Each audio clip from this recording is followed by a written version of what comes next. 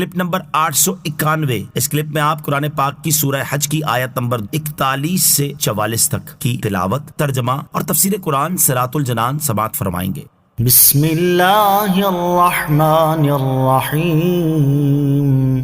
ترجمہ: اللہ کے نام سے شروع جو نہایت مہربان رحمت والا ہے۔ الذین ان مکناہم فی الارض اقاموا الصلاة وآتوا الزکاة وامروا بالمعروف ونہوا عن المنکر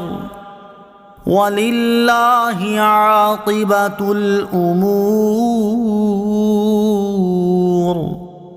ترجمہ: وہ لوگ کہ اگر ہم انہیں اب زمین میں اقتدار دیں تو نماز قائم رکھیں اور زکوٰۃ دیں اور بھلائی کا حکم کریں اور برائی سے روکیں، اور اللہ ہی کے قبضے میں سب کاموں کا انجام ہے۔ الذین ان مکناہم فی الارض، وہ لوگ کہ اگر ہم انہیں زمین میں اقتدار دیں۔ ارشاد فرمائے کہ وہ لوگ جنہیں ان کے گھروں سے ناحق نکالا گیا، اگر ہم انہیں زمین میں اقتدار دیں اور ان کے دشمنوں کے مقابلے میں ان کی مدد فرمائیں تو ان کی سیرت ایسی پاکیزہ ہوگی کہ وہ میری تعظیم کے لیے نماز قائم رکھیں گے، زکوٰۃ دیں گے، بھلائی کا حکم کریں گے اور برائی سے روکیں گے۔ امام عبداللہ بن احمد نصفی رحمۃ اللہ تعالی علیہ فرماتے ہیں، اس آیت میں خبر دی گئی ہے کہ آئندہ مہاجرین کو زمین میں تصرف عطا فرمانے کے بعد بھی ان کی سیرتیں بڑی پاکیزہ رہیں گی اور وہ دین کے کاموں میں اخلاص کے ساتھ مشغول رہیں گے۔ اس میں خلفائے راشدین کے عدل و انصاف اور ان کے تقویٰ و پرہیزگاری کی دلیل ہے، جنہیں اللہ تعالیٰ نے اقتدار اور حکومت عطا فرمائی اور عادلانہ سیرت عطا کی۔ خلفائے راشدین رضی اللہ تعالیٰ عنہم کی پاکیزہ سیرت کی جھلک۔ حضور پرنور صلی اللہ تعالیٰ علیہ وسلم کی ظاہری حیات مبارکہ میں 4 صحابہ کرام،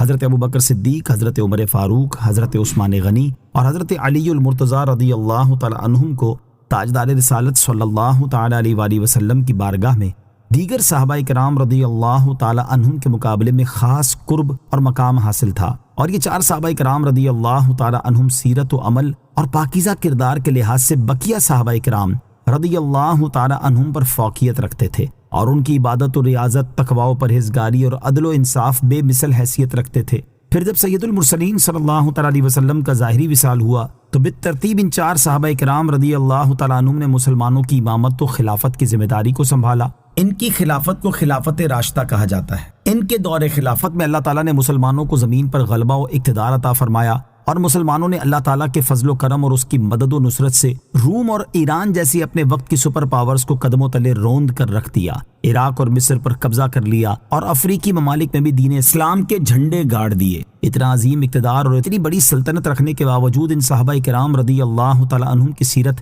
پہلے کی طرح پاکیزہ رہی، بلکہ اس کی پاکیزگی اور طہارت میں مزید اضافہ ہوتا چلا گیا۔ خلافت ملنے کے بعد بھی انہوں نے اللہ تعالیٰ کے فرائض کو پابندی سے ادا کیا، نماز اور زکوٰۃ کی ادائیگی کے باقاعدہ نظام بنائے، لوگوں کو نیک کام کرنے کا حکم دینے اور برائی سے منع کرنے کے اہم ترین فریضے کو بڑی خوبی سے ادا کیا۔ الغرض ان کی پاکیزہ سیرت کا حال یہ ہے کہ ان کے تقویٰ و پرہیزگاری، دنیا سے بے رغبتی، اللہ تعالیٰ کے خوف سے گریہ وزاری، عاجزی و انکساری، حلم و بردباری، شفقت و رحم دلی، جرت و بہادری، امت کی خیر خواہی، غیرت ایمانی اور عدل و انصاف کے اتنے واقعات ہیں جنہیں جمع کیا جائے تو ہزاروں صفحات بھر جائیں۔ اللہ تعالیٰ نے عظیم ہستیوں کے صدقے آج کے مسلم حکمرانوں کو بھی عقل سلیم عطا فرمائے اور انہیں اسلام کے زرعی اصولوں کے مطابق حکومت کا نظام چلانے کی توفیق عطا فرمائے، آمین۔ وَإِن يُكَذِّبُوكَ فَقَدْ كَذَّبَتْ قَبْلَهُمْ قَوْمُ نُوحٍ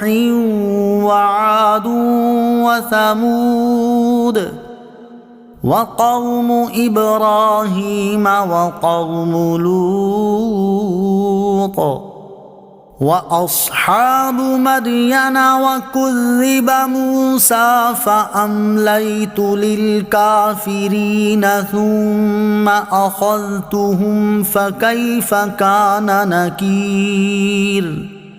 ترجمہ: اور اگر یہ تمہاری تکذیب کرتے ہیں تو بے شک ان سے پہلے نوح کی قوم اور عاد اور سمود تکذیب کر چکے ہیں، اور ابراہیم کی قوم اور لوط کی قوم اور مدین والے اور موسیٰ کی تکذیب کی گئی تو میں نے کافروں کو ڈھیل دی، پھر انہیں پکڑا تو میرا عذاب کیسا ہوا۔ وَإِن يُكَذِّبُوكَ، اور اگر یہ تمہاری تکذیب کرتے ہیں۔ اس آیت اور اس کے بعد والی 2 آیات میں پچھلی کافر قوموں کا اپنے اپنے رسولوں کے ساتھ طرز عمل بیان کر کے حضور پرنور علیہ الصلوۃ والسلام کے مقدس دل کو تسلی دی گئی ہے۔ چنانچہ ان آیات کا خلاصہ یہ ہے کہ اے پیارے حبیب صلی اللہ تعالیٰ علیہ وسلم، اگر یہ کفار آپ کو جھٹلاتے ہیں تو آپ تسلی رکھیں اور ان کی طرف سے آنے والی اذیتوں پر صبر کریں، کفار کا یہ پرانا طریقہ ہے اور پچھلے انبیاء کرام علیہ الصلوۃ والسلام کے ساتھ بھی ان کا یہی دستور رہا ہے۔ چنانچہ کفار مکہ سے پہلے حضرت نوح علیہ الصلوۃ والسلام کی قوم، حضرت ہود علیہ الصلوۃ والسلام کی قوم یعنی عاد، حضرت صالح علیہ الصلوۃ والسلام کی قوم یعنی ثمود، حضرت ابراہیم علیہ الصلوۃ والسلام کی قوم، حضرت لوط علیہ الصلوۃ والسلام کی قوم اور حضرت شعیب علیہ الصلوۃ والسلام کی قوم کے لوگ اپنے اپنے انبیاء کرام علیہ الصلوۃ والسلام کی تکذیب کر چکے ہیں، اور حضرت موسیٰ علیہ الصلوۃ والسلام کو بھی جھٹلایا گیا ہے۔ تو میں نے ان کافروں کو ڈھیل دی اور ان کے عذاب میں تاخیر کی اور انہیں مہلت دی، پھر میں نے انہیں پکڑا اور مختلف عذابوں سے ان کے کفر و سرکشی کی سزا دی، تو ان پر میرا عذاب کیسا ہولناک اور دردناک ہوا۔ اے حبیب صلی اللہ تعالی علیہ وسلم، آپ کی تکذیب کرنے والوں کو چاہیے کہ اپنے انجام کے بارے میں سوچیں اور پچھلوں کے انجام سے عبرت حاصل کریں۔ اگر یہ اپنی حرکتوں سے باز نہ آئے تو ان کا انجام بھی بہت خوفناک ہوگا۔ فَكُذِّبَ مُوسَىٰ، اور موسیٰ کی تکذیب کی گئی۔ یہاں حضرت موسیٰ علیہ الصلوۃ والسلام کے بارے میں یہ نہیں فرمایا گیا کہ آپ کی قوم نے آپ کی تکذیب کی، اس کی وجہ یہ ہے کہ حضرت موسیٰ علیہ الصلوۃ والسلام کی قوم بنی اسرائیل نے آپ کی تکذیب نہ کی تھی، بلکہ فرعون کی قوم قبطیوں نے حضرت موسیٰ علیہ الصلوۃ والسلام کی تکذیب کی۔